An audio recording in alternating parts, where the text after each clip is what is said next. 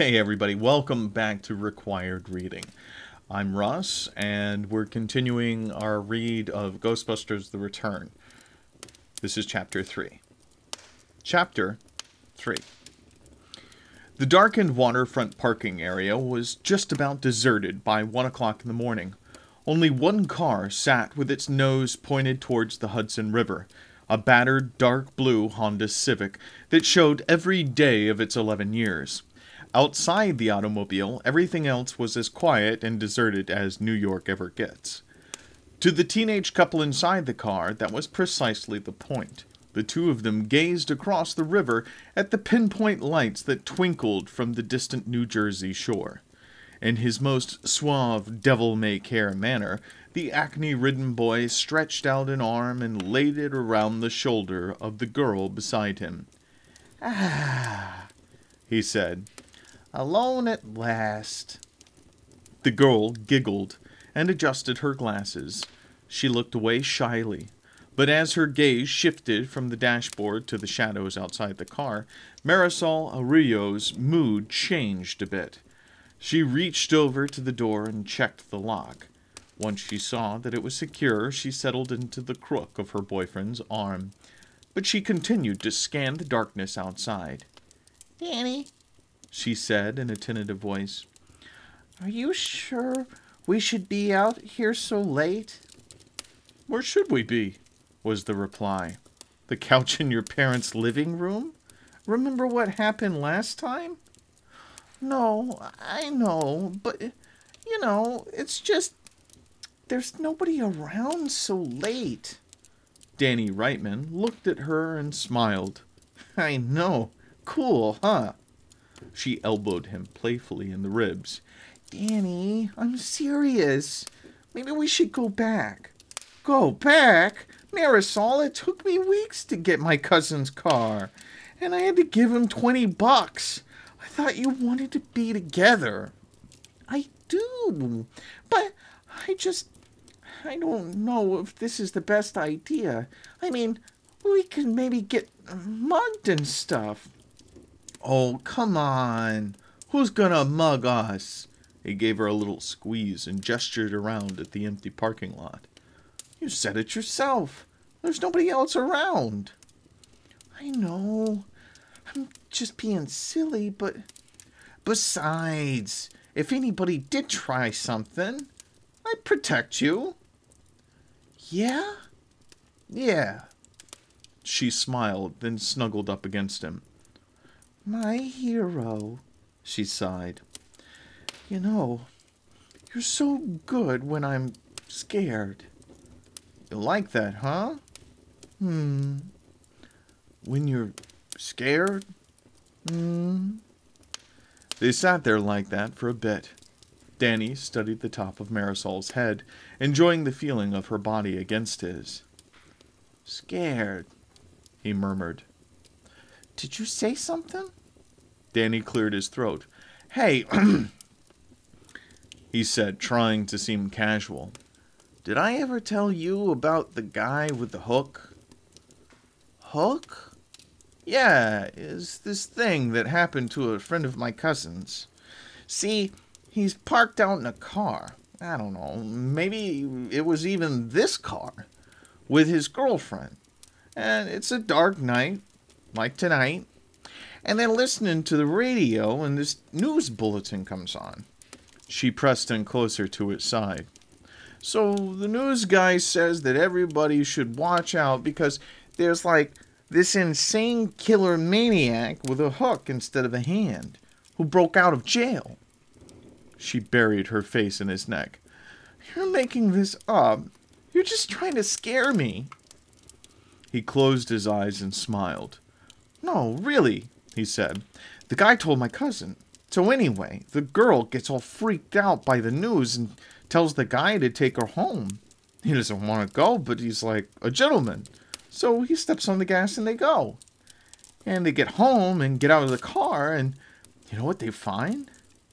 She was squeezing his thigh. In a small voice, she asked, "What?" "A bloody hook hanging off the door handle." She gripped him even more tightly. "You mean the guy was right there. He was going to open the door just when they hit the gas and peeled out of there. Ew. Yeah, I know. Marisol broke away, anxious. She threw up her hands. Okay, that's it. We can't stay here. Take me home. Danny opened his eyes, startled.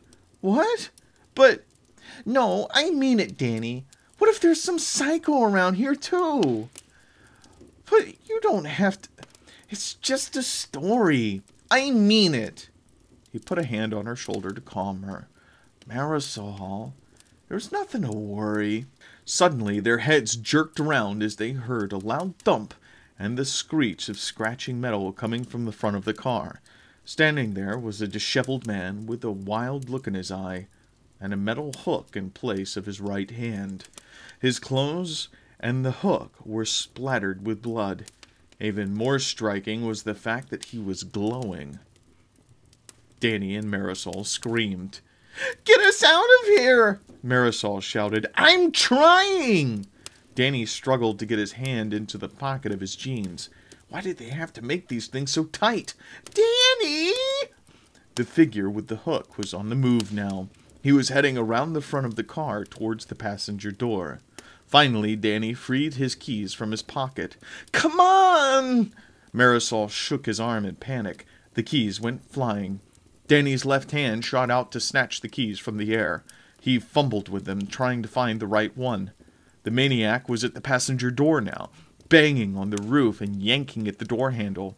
It was a good thing that Marisol had locked the door, but it was obvious that it wouldn't keep him out for long. Danny! I'm trying! Over and over, Danny jabbed the ignition key at the slot, struggling to get it inside. The steel hook smashed through the window. A shower of broken glass rained over the teens. Marisol screamed. The engine roared to life. Danny wasn't thinking about mood anymore. He wasn't thinking about the damage to his cousin's car. There was only one thing on his mind. Getting the hell out of there. He threw the gear shift into reverse. With a squeal of rubber on asphalt, the car peeled out in a curve. He slammed the shift into drive, and the car zoomed out of the parking lot. Marisol was sobbing as she stared at the passenger window. Danny glanced over, but it wasn't to see if she was all right. A glowing, bloody hook dangled from the window frame. As they watched, it melted away into the wind. Good morning, Ray called as he slid down the fire pole to land in the parking bay. Ever since he lost his house covering the group's expenses during the company's third bankruptcy, Ray had taken over part of the second floor as his living space. It wasn't the same as living in the house that had been his home since childhood, but the morning commute to work was a whole lot more fun. He landed beside Winston, who was standing in front of his locker, putting on his working clothes. Morning, Ray, he said with a quick nod and a grin as he zipped up his beige jumpsuit. An ID patch above his left breast pocket spelled out his last name, Zedmore. A shoulder emblem matched the cartoon ghost on the ectomobile. A pair of polished black boots completed the uniform. Egon and Janine returned Ray's greeting from the first floor office area. Hi, Ray, Egon muttered, preoccupied. Janine waved. Actually, it was a bit remarkable that Janine could even wave, considering that she was simultaneously talking on the phone, positioning a paper cup of coffee on her desk, shrugging off her coat, and placing her handbag in the bottom drawer of her desk. Ray guessed that she had probably just arrived herself. No, I'm sorry, Mr. Malkin, Janine was saying. Dr. Venkman hasn't arrived yet. Would you like to leave a message? Egon had clearly been there longer. He was already hard at work, hunched over a computer. The light from the screen reflected off his glasses and illuminated his gaunt, severe features.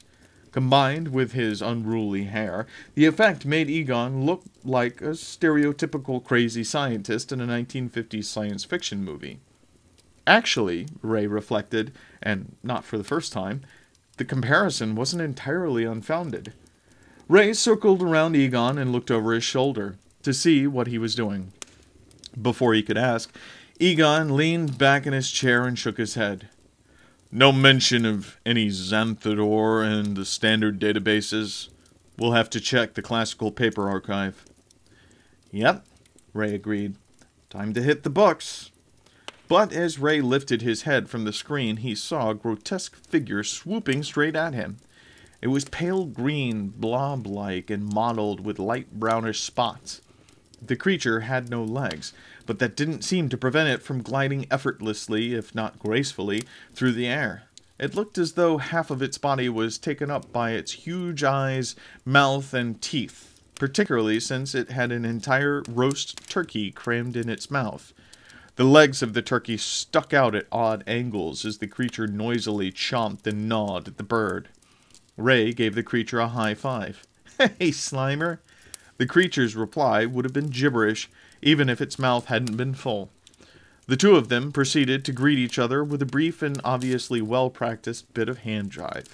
They mirrored each other's movements as they slapped the fronts of their backs of each other's hands, reached up over their respective shoulders, and pretended to draw neutrino wands to shoot ghosts overhead. They capped the routine off with a mutual ghostly "Ooh," and burst into laughter. "You do realize that the name of this little organization is Ghostbusters," said a voice from the parking bay. "We're supposed to get rid of the repulsive little spuds, not adopt them as pets." "Hey, Peter," said Ray. He casually wiped a few pieces of semi-chewed turkey off his clothes. "I mean, how are we supposed to maintain any sort of credibility with the public if people come in here and find this ectoplasmic reject kicking back with a beer?" "Sure, Mrs. Vandergeld, we'll get rid of your mansion full of wraiths in no time. 100% guaranteed. When the Ghostbusters come in, the spooks stay gone." "I'm sorry, what did you say?" "Oh, that's just our mascot." Slimer spit a turkey bone at him.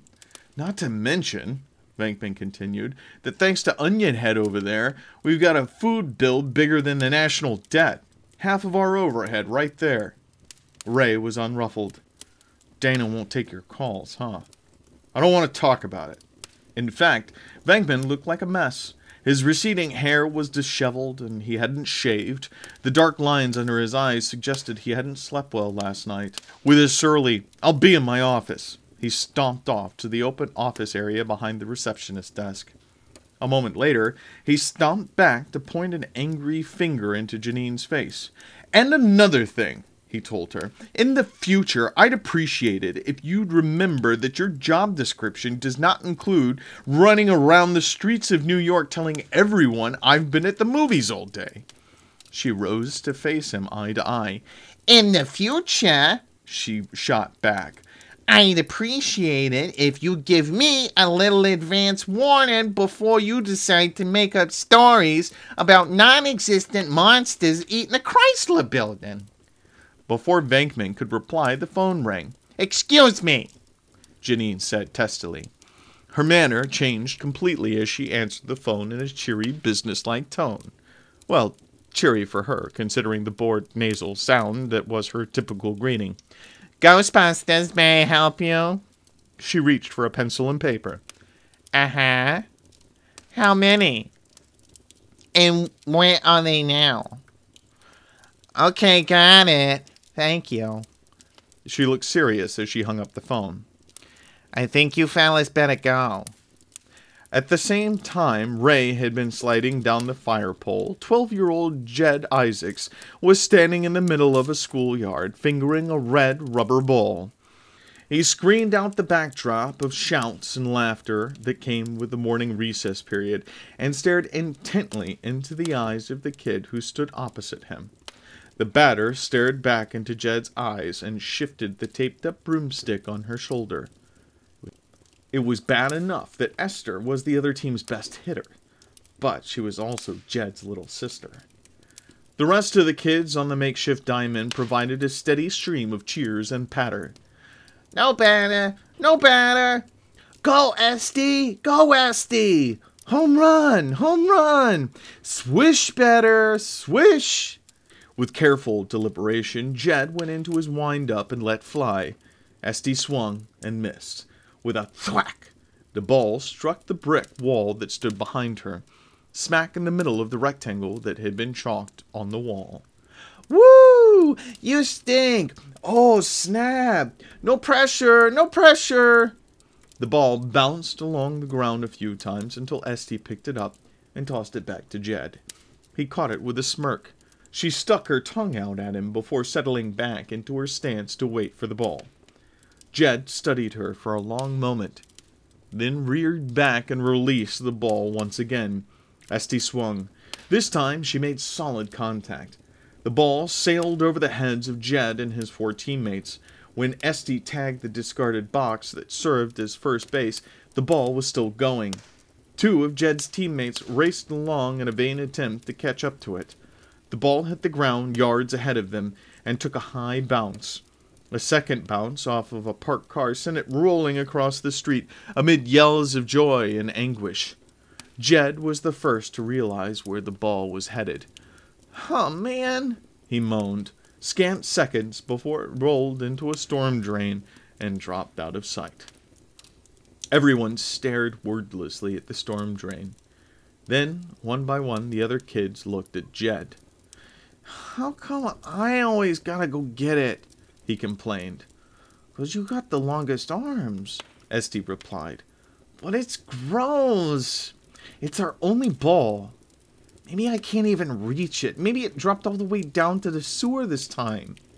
One of the other kids was crouching down and peering into the drain. "No, I see it," he called. "It's stuck right there on the ledge." Jed knew he was beaten. Okay.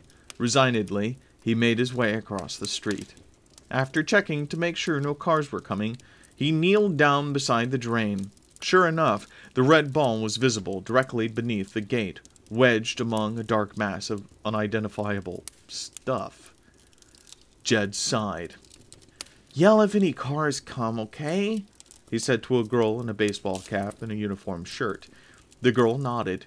She stepped into the gutter beside him and turned to keep an eye out for oncoming traffic. Jed stretched himself out into a prone position across the storm drain. Hesitantly, he extended a hand inside. Then he yanked it back up and jerked himself onto his knees. "Did you hear that?" "What?" "Something's down there." "Yeah, right," said one of the kids. "Is not," another kid said with a dismissive wave. "Don't be a baby," said a third. Esty shielded her eyes against the sun and looked down into the drain. "I don't see anything." Jed peered carefully through the grating. Everything looked exactly the same as it had before. The expression on his face showed that he was unconvinced, but everyone else was watching him. He didn't want to look chicken. "Yeah, okay," he said. He lay back down across the drain and reached inside. The ball was directly beneath him, but the problem was that he couldn't reach straight down to get it. He needed to maneuver his arm around the gate and stretch it back underneath. And since his body was covering the grate, he couldn't see what he was doing. He had to try to find the ball by touch. He groped around the area where he thought the ball was. His face twisted in disgust, and he recoiled as his hand encountered a pile of soggy muck. "You got it?" one of the other kids asked. "Not yet." Gingerly, Jed probed around in the dark, his arms straining as he tried to reach further and further inside. He felt things that were hard, that were clammy, that were rough, that were downright slimy, but so far nothing felt like the ball. After a couple of minutes, though, his hand rested on something that felt different. It wasn't the ball. He was pretty sure of that. But it didn't feel like anything else in the drain either. It was big, far larger than his hand. As he moved his hand over it, he found that it was rounded and leathery. Ridges indented its surface. It made some sort of regular pattern. Jed's curiosity almost made him forget the ball as he ran his hand back and forth across the mystery object, trying to figure out what it was. Then it moved. With a shriek, he jumped back off the grate. Everyone reflexively pulled back in surprise. Jed scrambled to his feet halfway across the street, pale and breathing heavily. The rest of the kids stared at the storm drain in a mixture of anticipation and anxiety. Nothing happened. Once the kids realized that, their mood shifted from fear to ridicule. They jeered at Jed in the way that only a bunch of young children can. But that all came to a sudden stop when the red rubber ball suddenly popped out of the drain all by itself. It arced up through the air, bounced against the pavement 2 or 3 times, and slowly rolled to a stop. The kids looked at each other, confused. Mostly, though, they looked at the storm drain, not quite sure what had just happened. That was when a pair of huge, chalky white jaws shot out of the drain. They missed Esty by inches, snapping shut around empty air. The children screamed at the sight. They scattered, running in every direction and leaving their equipment forgotten behind them. Albino alligators were swarming out of the sewer now. More of them were coming out of manholes and the other storm drains along the block. They seemed to ooze their translucent bodies unnaturally around the grating in ways that no ordinary alligator could. Their growls cut through the air. By this point, it wasn't just the children who were screaming. Adult passerbys ran from the block or took refuge inside stores and barricaded the doors. One of them flipped the sign on one of the store entrances to closed. The only one who wasn't going anywhere was Esty. After her close call with the first gator, she stood frozen in terror, trembling but otherwise unable to move. In all the confusion, the alligators hadn't seemed to notice her. But one of them noticed her now. It crept towards her, sniffing the air as though guided more by smell than by sight. On some level, Esty knew she had to get out of there.